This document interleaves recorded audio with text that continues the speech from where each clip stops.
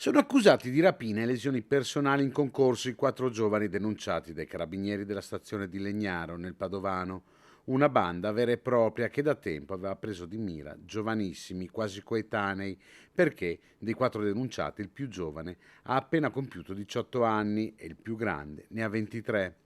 Le indagini sono partite dopo che in caserma si erano presentati alcuni minorenni che avevano raccontato di essere stati vittima di rapine accadute nei primi giorni del mese di novembre.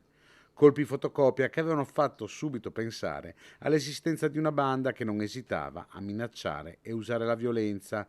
In un caso è stato usato un coltello per intimidire e derubare le vittime di denaro, cellulari e altri oggetti. Fondamentale per i carabinieri l'utilizzo delle telecamere di videosorveglianza del territorio. Grazie a queste sono stati individuati i 4 giovani denunciati che vivono nel Piovese e in provincia di Venezia e sono stati riconosciuti dalle vittime. Durante le perquisizioni i militari hanno anche rinvenuto gli abiti indossati durante le rapine.